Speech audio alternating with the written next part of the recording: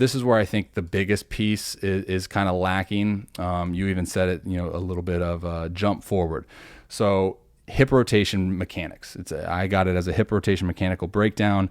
Not only are your hips late to rotate, but they're also elevating a little bit into your anchor point. So this is where we'll double back towards the what I mentioned about your size. Okay, so the mass for you at 15, and like I said, you're going to get bigger. It's extremely important because we do two things. So we produce a lot of force and energy into the ground. All right, so just relative strength, you're producing more force and energy into the ground as soon as you descend from leg lift here. Okay, so that's fantastic. Also, the rate of acceleration that you're going to have now entering your drive phase is going to be greater due to your size, right? So if you were to drop a marble in a little device thing that was a slope, and that marble was of higher weight, of more weight, it's going to get down into that that bottom chamber faster. So you have more acceleration. That's more energy to be had within your delivery. Perfect. But what we're lacking here is two different things. Like I said, late and elevated. So you can see you elevate your hips, the posture of your hips, by jumping into like that front foot strike. Okay, and you can see it right here, how that rear hip kind of elevates into front foot strike, okay? So within hip rotation mechanics, what we want to do is we want to continuously sync our hips, the posture of our hips, with the angle of the slope. So this allows for authentic acceleration, right?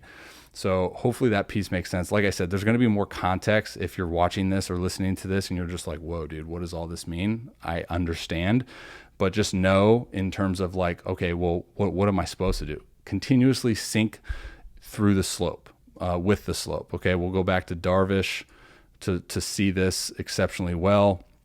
Watch just his belt, right? And now as he enters, watch his belt just continuously sync with the angle of the slope until anchor point. Again, the slope is there for our benefit. That's going to allow us to increase our acceleration. So we want to continuously use the slope and continuously be sinking. And then the second piece that's breaking down within your hip rotation mechanics is you being late to hip rotation. So hip rotation is actually initiated somewhat early. I would say like in the middle of that drive phase. Okay, so probably right here, we want to start seeing that rear hip internally rotate.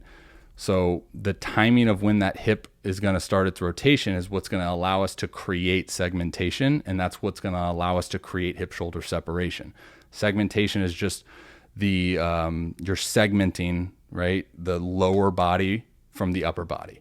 Lower body starts its rotation first, upper body stays neutral, as I mentioned earlier with the trunk rotation, and this allows us to create rotational energy or stretch, okay? So this is you at full anchor point. You can see your shoulder and your rear hip are somewhat together, and you start moving together, right? And we want to create that separation. Again, we can go back to Darvish from this view here and see this exceptionally well. Obviously, it's Darvish. He moves better than a lot of people in the world, but you can see center of the drive phase, you'll see that knee start to kind of fold inward and that rear hip start to rotate as the arm comes up.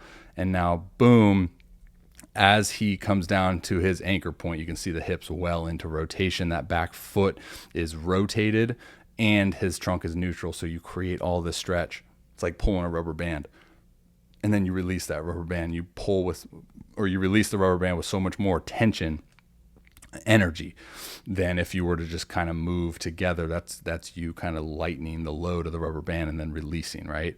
And not only is this going to produce effortless power output, but it's also going to take away stress off your shoulder, your arm, because you're leveraging your arm with your body's energy, and you're not creating independent energy. Okay,